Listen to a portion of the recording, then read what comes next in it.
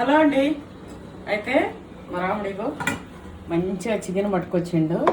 ఇగో కందనకాయ Sunday కదా, అన్నీ వేసి కలిపి చేసేస్తా. అట్లనే ఇప్పుడు ఈ కర్రీ ఆ కర్రీ చేస్తా మా రాముడికి నచ్చేలాగా. నేను ఈ కర్రీని ప్రిపేర్ చేస్తూ మీకు ఒక ముచ్చట చెప్తా, వింటూ చూసేయండి.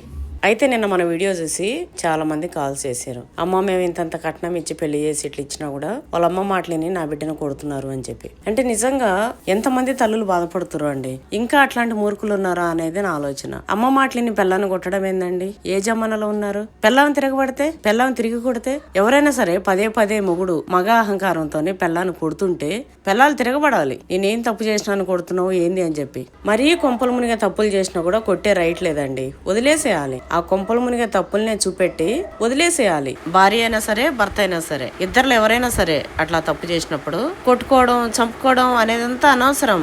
అట్లాంటి వాళ్ళతో సంసారం చేసిన వేస్టే. నేనేమంటున్నా అంటే చిన్న చిన్న వాటికి మూర్ఖంగా కొట్టడము, హస్బెండ్ కి డ్యూటీ చేసి సంపాదించడం ఒక బాధ్యత అయితే భార్యకి ఎన్నో బాధ్యతలు. ఇంట్లో పిల్లల్ని చూసుకోవాలి, అత్తమామలను చూసుకోవాలి, ఇల్లు చూసుకోవాలి, హస్బెండ్ ని చూసుకోవాలి, తనని తాను చూసుకోవాలి, తనకి ఏదైనా బాగాలేకపోయినా. అంటే ఇన్ని బాధ్యతలు తన పైన ఉంటాయి. హస్బెండ్ వెళ్ళి బయటకు ఒక పని చేసుకుని వస్తే ఇంట్లో ఉన్న ఆడవాళ్ళు ఇన్ని చేయాలి చూడండి. కొంతమంది కూడా ఇట్లా అనేస్తుంటారు ఊరికే, ఇంట్లో ఉండి ఏం చేస్తున్నావు అని చెప్పి. రాగానే నీళ్ళు అందించి, బ్రేక్ఫాస్ట్ ఇచ్చి, తిండి పెట్టి, బెడ్రూమ్ లో కూడా కాలు బట్టి అన్ని ఇట్లా చేయాలి ఒక దాసిలాగా అని కొంతమంది చూస్తుంటారు. చాలా తప్పండి. ఈక్వల్ ఒక బండికి 2 చక్రాలు ఎట్లనో సేమ్ భార్యాభర్త ఇద్దరు అట్లా ఒక సంసారానికి. ఒకరు బయట చేసుకుని వస్తే ఇంకొకరు ఇంట్లో చేస్తుంటారు. ఒకరు ఎక్కువ ఒకరు తక్కువ అనేది ఏం లేదు. వాళ్ళ ప్రేమను బట్టి వాళ్ళు ఇచ్చుకునే వాల్యూస్ అట్లా ఉంటాయి. భార్యని ఎక్కువ ఇష్టపడితే ఆ భార్య కూడా అంతనే ఇష్టపడుతుంది, అంతనే నెత్తిన పెట్టుకుంటది. భర్తను భార్య మంచిగా గౌరవంతో చూస్తూ మంచిగా విలువిస్తూ ఉంటే ఆ భర్త కూడా అట్లనే భార్యని నెత్తిన పెట్టుకుంటాడు,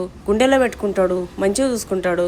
అంతేగాని మధ్యలో ఇంకా పేరెంట్స్ మాటలు వినుకుంటూ చిన్న చిన్న వాటికి ఆడనే గొడవలు పడుతూ ఏ సమాజంలో ఉన్నారు? పిల్లల్ని కొట్టే సమాజం ఏంది? మనుషులం కదా అంతా. ఇంకోటి తల్లి మాట, తల్లి ఏదో చెప్పగానే వెళ్ళి పిల్లల్ని కొట్టడం అనేది చాలా తప్పు.